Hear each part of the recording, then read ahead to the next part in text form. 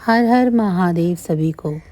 काल भैरव जयंती का पर्व बहुत ही महत्वपूर्ण माना जाता है।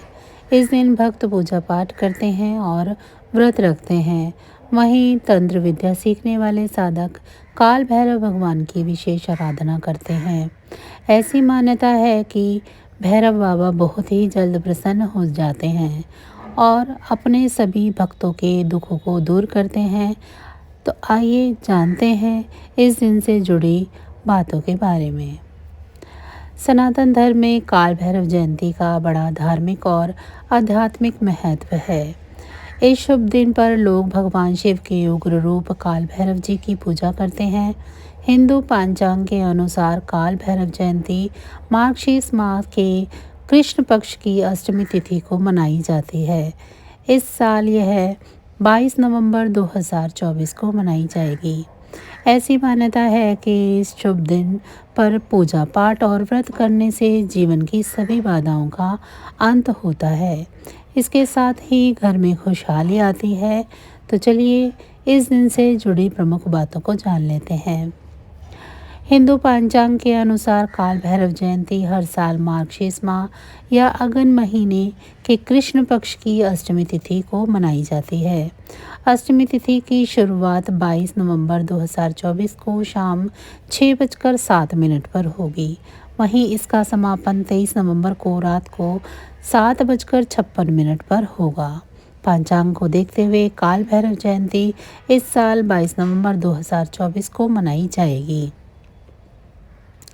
इस दिन सुबह जल्दी उठकर स्नान करें, भगवान शिव के उग्र रूप यानी भैरव बाबा का ध्यान करें, सूर्यदेव को अर्घ्य दें, पूजा कक्ष की सफाई अच्छे से कर लें, भगवान काल भैरव की एक प्रतिमा स्थापित करें, उन्हें चंदन का तिलक लगाएं, फूल माला अर्पित करें, मीठी रोटी और हलवे का भोग लगाएं, काल भैरव अष्टकम और मंत्रों का पाठ करें, आरती से पूजा को पूरी करें, शंखनाद करें, भगवान काल भैरव का आशीर्वाद लें।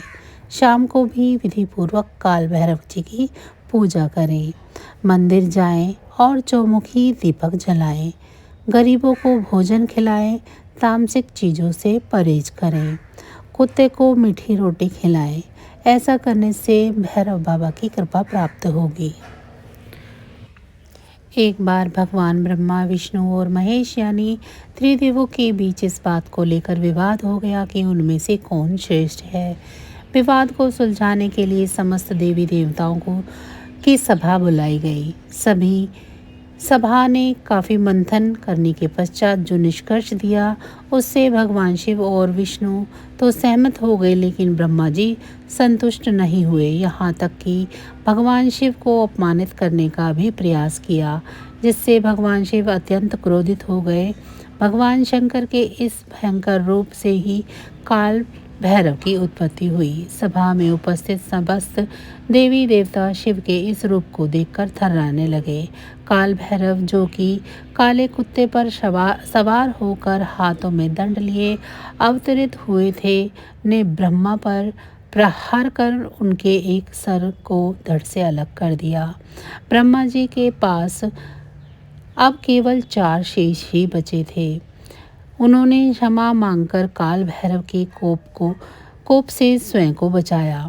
ब्रह्मा जी के माफ़ी मांगने पर भगवान शिव पुनः अपने रूप में आ गए, लेकिन काल भैरव पर ब्रह्मा हत्या का दोष चढ़ चुका था, जिससे मुक्ति के लिए वे कई वर्षों तक यत्र तत्र भटकते हुए वाराणसी में पहुँचे, जहां उन्हें इस श्राप से मुक्ति मिली।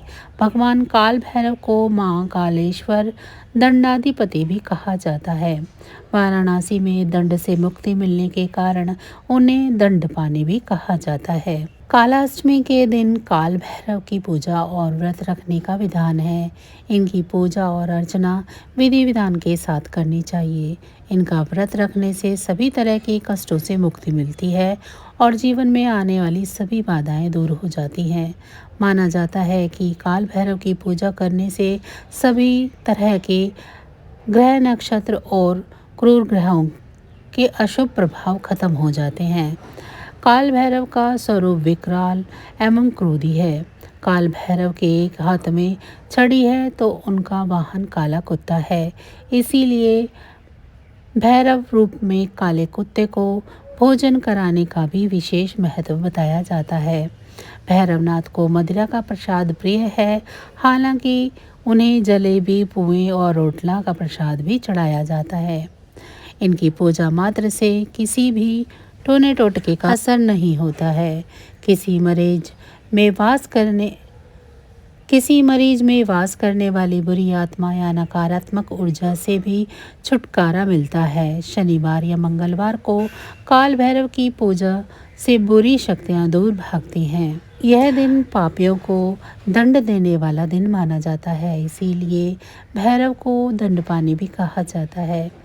कालाष्टमी के दिन शिव शंकर के इस रूप भैरव का जन्म हुआ था। भैरव का अर्थ है भय को हरने वाला। इसीलिए ऐसा माना जाता है कि कालाष्टमी के दिन जो भी व्यक्ति काल भैरव की पूजा करने से भय का नाश होता है। कालाष्टमी के दिन भगवान शिव, माता पार्वती और काल भैरव की पूजा करनी चाहिए। विद्वानों का मानना है कि ये पूजा रात में की जाती है। तो बस आज की जानकारी इतनी ही थी। फिर मिलेंगे हम आपको ऐसी ही किसी अन्य जानकारी के साथ अगली वीडियो में। तब तक अगर आपको मेरी ये जानकारी अच्छी लगी है तो वीडियो को लाइक करें। चैनल को अभी तक सब्सक्राइब नहीं किया है तो चैनल को सब्सक्राइब कर लें और कमेंट बॉक्स में हर हर महादेव ज़रूर लिखें। इसी के साथ भगवान भोलेनाथ की कृपा दृष्टि आप सभी पर सदैव बनी रहे। आप सभी का धन्यवाद।